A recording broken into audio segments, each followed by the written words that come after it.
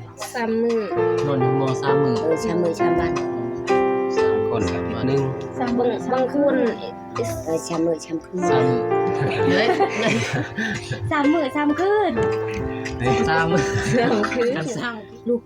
แต่เตรียม เอา เอ อย่าง ง ใดเขาก็ นอกคืนเด้นอกคืนนอกจากเมื่อไวอีกอย่างนอกก็อยากเมื่อไวเด้น้ำมันหลายคนเด้ มันอึดอัดหรือว่ามันใส่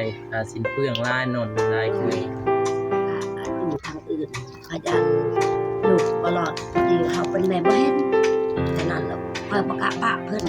แล้วก็เบิ่งเลยเบิ่ง เพิ่น เลย ตามเลย มีแต่เขาสิเปลี่ยนยาบ่เขาให้เขา เอาก่อนก็สิ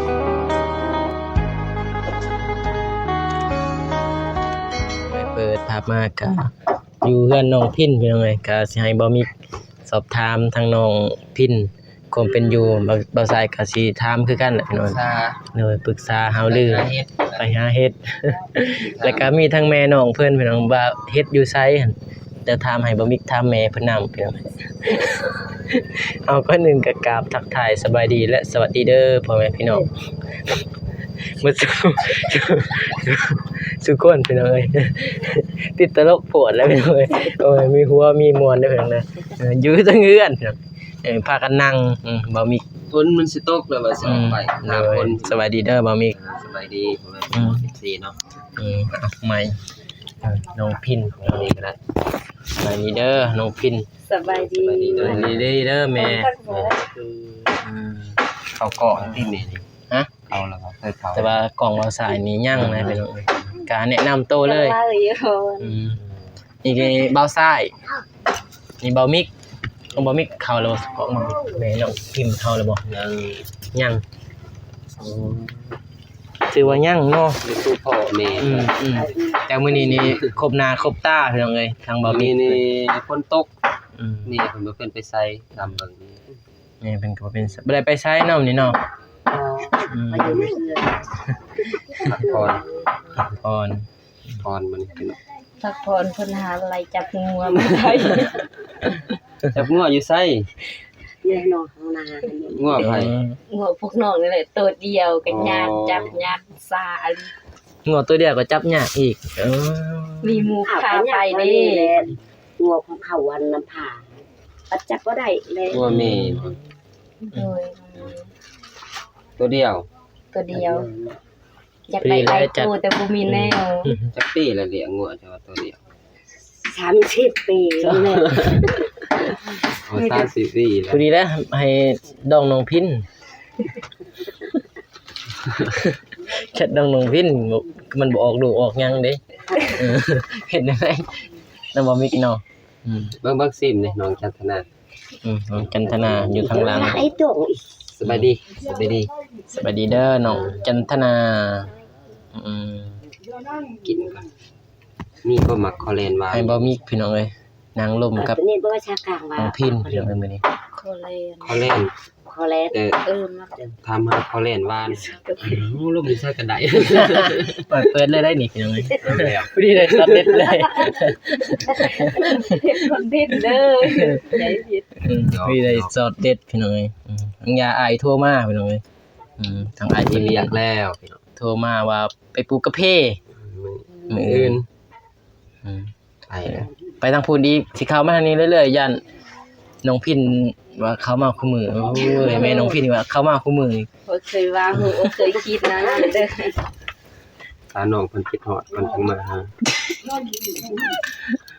เก่งใจแม่เฒ่าเก่งใจแม่เลยติเป็นแม่เฒ่า จักเก่งๆนี่หยังกับคน หยอกหยังก็เป็นหยังก็เนาะหยอกเนาะแบบว่าพอให้น้องเพิ่น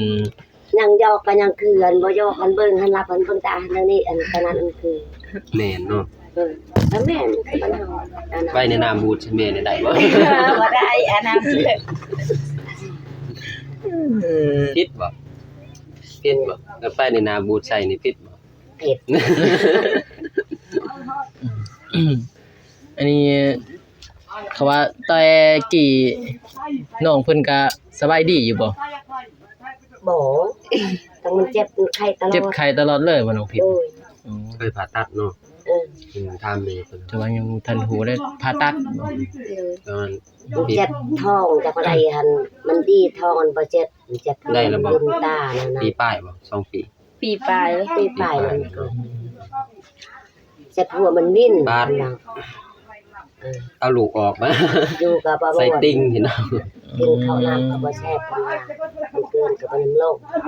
นั่นคือ เป็น แต่ ใส่ นี่มั ติ่ น ง เจ็บแพงเลยตะกี้หันติยากเลยยังน้อยก็ยังต้องเจ็บตลอด บ่ติเนาะ แบบ บ่ ถ้า ว่า เท่าหันทุกอย่างเขาเป็นแม่หันได้บ่คิดไปคิดมาเงินค้ำก็บ่ได้จักก็สิเฮ็ดบ่ได้ลูกสิได้ลูกบ่ได้ไปโรงหมอก็บ่มีรถบ่มีรางทีนึงเงินก็บ่มีตั้งค่อยเบิ่งปะได้เท่านั้น คิดอยู่ว่าสิรอดจัง ก็คือจักรอดจักบ่ทันรอดกับลูกข่อยมันบ่รอดก็บ่แจก อืม คนสิแม่ว่าได้วันใดประกาศ เพราะว่าไปสิว่าแล้วเป็นภาษา ได้แล้วสำนั้นได้แล้วค่อยๆเรียนเพราะว่าแม่เพิ่นก็บ่เป็นภาษากลางพี่น้อง ปัตตานีมันใหญ่แกก็คือใหญ่คือเท่ก็คือสบายโอหันอีกมันเจ็บมัน มา ไข้ ดีเด้อน้อง ตัวนี้อันติตั้งแต่มันเจ็บท้องตลอดก็ว่าทำอีกเขาบ่ฮู้จัก สิเล่าเรื่อง บ่คือเงินคำบ่มีก็จะเฮ็ดใดไปนะอยู่พุ่นก็ไปนั้นตลาดก็บ่มีเงินบ่มีคำใดก็แล่นทางพุ่นไปถามพ่อพี่น้องพี่น้องก็บ่มันฉลาดไปถามก็ไปเขานะมีเงินมีคำแล้วก็ไปช่วยเหลือกันนะก็ไปตอนนี้ ตอนไปส่งน้องคนนี้ส่งอยู่ไสของมาเมืองบ่ ทำอีตัวอยู่ห้องมอสุขศาลานี่แต่กลับคืนอีกกลับคืนบ้าน ไปหายืม มัน เงิน ก็ให้เลยเงินตลาดกับทองน้องค่อยให้ หันกับเงินนะซาว กลัว เขา แต่เพิ่นว่าเพิ่นเป็นชะติ้งเราเขาบ่เอาไปหันห้องมอใหญ่เพิ่นบ่รอดปัดเพิ่นชักกันต้องบ่ดีไปก็ไปไปตลาดก็คิดได้ว่ามันก็ไหลแต่น้ำตามืดค่ำไผแลนทำได้จะว่าดึกดื่นเด้อ เลิกเล็กประมาณ3-4 แห่งเมื่อ ตอนเช้า คืนตลาดแห่งมันชินอีกเขาบ่ได้ย่านอีหยังเงินไปห่วงลูกแล้วก็ไปเลยไปถามแหละเนาะเขาว่าลูกบ่เงินคำจะสิเฮ็ดได้หยังไปทำเงินเขาว่าลูกเขาเจ็บนะเขาว่าเจ็บเมื่อใดแต่ว่าบ่ไปกวดจันลาว่าเพิ่นเป็นสติงอันบ่ได้เอาอันนั้นไปตัดอยู่พุ่นอันเพิ่นบ่รอดเพิ่นเอาให้อันทำอีกกันเพิ่นให้อัน3 ล้านแม่น2 ล้าน ไปซื้อน้ำพริกเจ้าข่อยเจ็บท้องอยู่เฮือนพากันห้องกันใน 3 ล้านให้เอาไปเงินตอนนั้นแต่เงินตอนนั้นก็บ่กล้าใช้ได้ใช้แต่ให้อันนั้นชื่อยาเพิ่น ถือว่าตอนน้องพินเจ็บนี่บ่มีเงินเลยเนาะ บ่ บ่มีเงินจักกีบเลย บ่ อ๋อ บ่มีเงิ นี่ น แต่ว่าพี่น้องเพิ่นให้เนาะไปยืม พี่น้องให้หาลาตอนนั้นหมดชนะ ไปยืม ถือว่าไปยืมเนาะ เพิ่นอยู่ของเฮา เดี๋ยวนี้ใส่จุ๊บบ่ซะ ยัง2 ล้าน ยัง2ล้าน อ๋อ แต่ว่า 3 ล้านแล้วก็ยัง2 ล้าน ถือว่าปัวผ่าตัดสติงของน้องพินนี่ยังเนาะ ยังแต่เพิ่นจุ๊บยืมเพิ่น2ล้านกีบ โดยบัดประเทศบัดอยู่พุ่นก็จุแพทย์อีกเพิ่นถามเฮามันว่าแม่บัดบ่พออีกก็จะเฮ็ดได้ใดนี่ก็โทรแหละทาง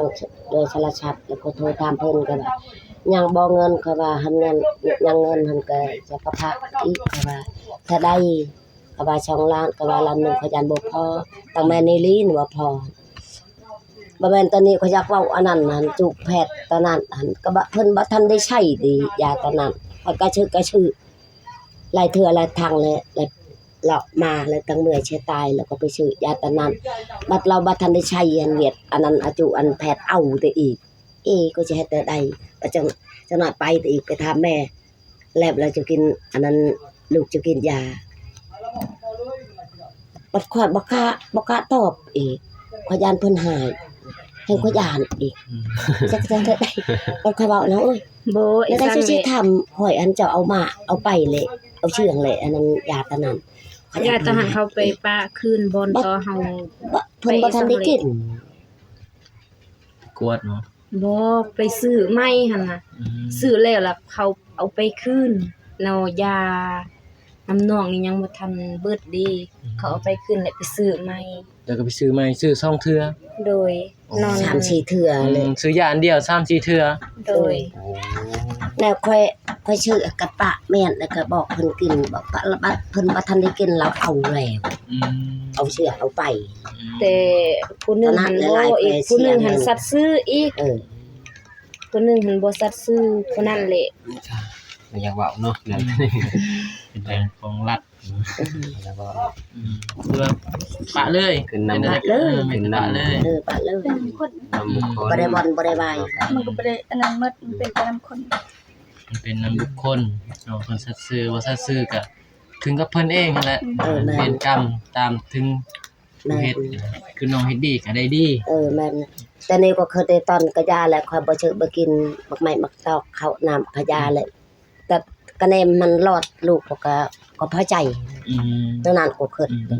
ตั้งอดเลยน้ำเข้าตั้งอดเลย โทรบ่ได้กิน เฮวชะตายชำใดก็ยาเลยจะค่อยอดได้เลยนั่นค่อยห่วงลูกค่อยก็ไหลน้ำตาแต่ตลอดไหลน้ำตาก็บ่เป็นสิเช่าบ่คิดแนวใดอะลูกก็สิได้อะลูกค่อย อยู่ห้องหมอเขาก็ว่าไอ้สังแหละทำอิฐหากก็ยินนำผู้เอื้อยเล่าหั่นแหละเขาว่าอยู่ห้องหมอก็เกือบบ่รอดเขาว่ายังน้อยหนึงเขาว่าคันมันแตกตายเลย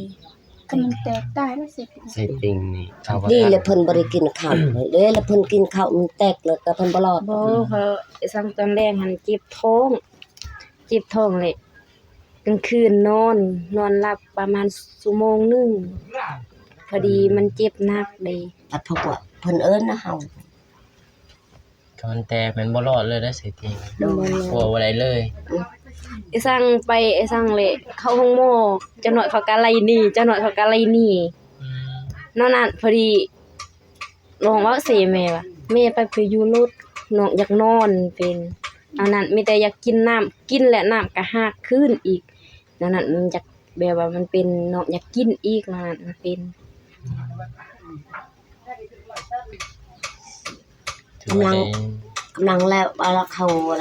ตักเพิ่นไปเพิ่งเด้เพิ่นบ่ได้ลุกบ่ได้ตื่น โอ้ บางคนเบิ่งหัวใจก็บ่มีอีก็ค่อยก็ให้ห้องแล้วอย่าจะต้องให้บ่เป็นหยังลูกบ่เป็นหยังมันเคยเบิ่งตอนต่อก็เหลืองเลยไปจับเดี๋ยวนี้ก็จุด เอาท่านแล้วมันเป็นหยัง เจ็ดแต่น้องตื่นหัน7:00 นค่ำแต่น้องบ่เชื่อได้ถามเอื้อจักโมงแล้วตอนนี้เพิ่นว่า7:00 นมันค่ำแล้วขี้ตัวน้องยังว่าขี้ตัวเขายังใส่ออกซิ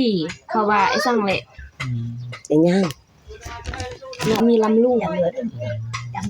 แบบขาดลำลูกนะ ก็มันไตมันตะนายอันช่างมันไตมันไปไตมันมาเอาตะกะเอาเจ้า ประมาณติดหนึ่งติดป้ายนะรักษา อยู่จักมื้ออยู่หมอ ชาม 3 มื้อน อนอยู่หมอ3มื้อ ชามมือชามบ้าน บางคนก็ติดหนึ่ง บางคน ชามมือชามคืน 3มื้อเฮ้ย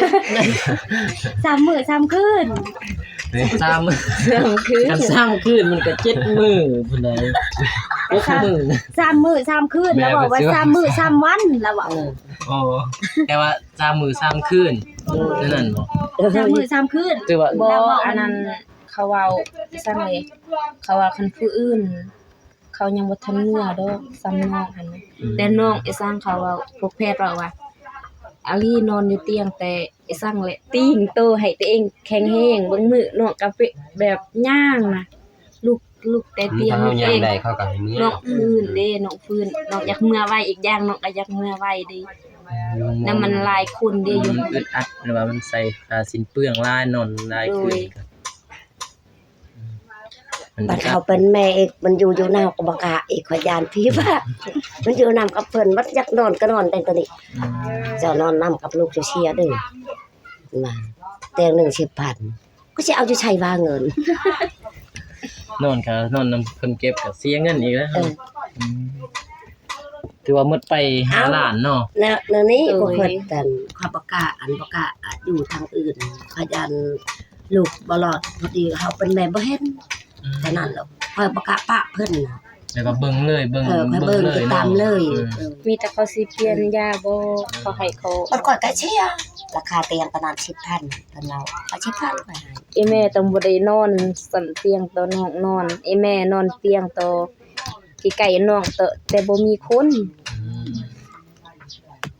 ถือว่ามันก็บ่มีคนก็หาไปนอนก็บางทีก็ได้แต่ว่า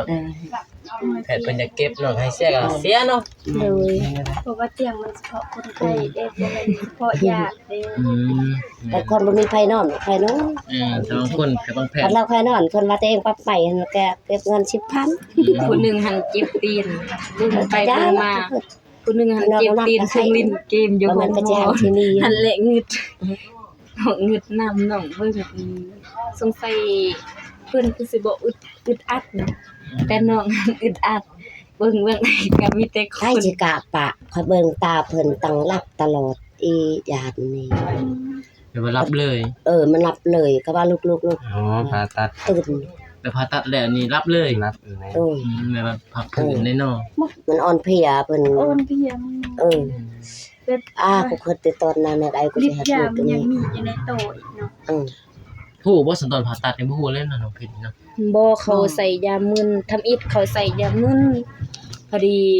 พวกแพทย์ถามว่าย่านบ่ย่านเจ็บย่านพอดีเขาใส่ยาสลบบ่ได้ยินอีสัง อยากลบถือว่าบ่นี่ยังเลยบ่ฮู้คำฮู้มื้อ ตื่นมาก็ยินอกสีกันคาง บัดเพิ่นลูกแล้วก็เฮาเป็นแม่หันอิ ลูกทำอิฐเขาปากน้ำเนาะกะปากแต่เสียงบ่มีปากแป๊บๆมีแต่ปากบัดเสียงบ่มีหั่นแหละเขาว่าจะเว้าอีสัง ตั้งเขาบ่มั่นใจแล้วเพิ่นญาตินะลูกบ่จะได้จักสิเฮ็ดได้ตั้งเกิด ยัง ไป ก็ ก็ กันเซตติ้งกันหอดหม้อนะ อันแนวอื่นมันบ่มีทราบ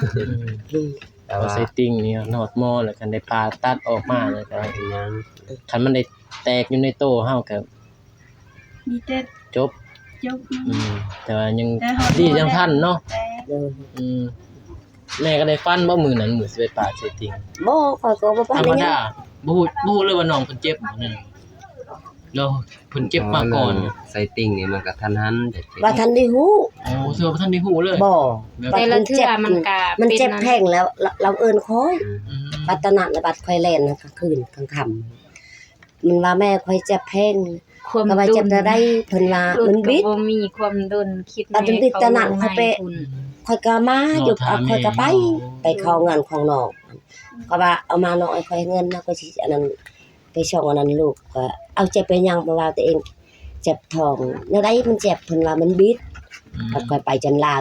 ขนาด จัน ยา ลา ตอ ว่าชา เฮา ติ ปลูกเองหั่นนะสาวเอาให้กินก็ยังบ่เศร้า มันบ่เจ้าได้คันเฮาบ่ปาดจัง แบบ ซี่ จริงมีแต่ปาดอยู่เดียวเอาบ่มีเนาะมันต้องได้ ตั้ง ปาด เติบแล้วเฮาทิ่มลูกตัวนี้ก็เพิ่นทำ บ่ติดความเจ็บความไข้ ก็ให้เรากามันจั เรื่อง งราว ตัก ก็เป็นแนวนี้พี่น้องเอ้ยโอเค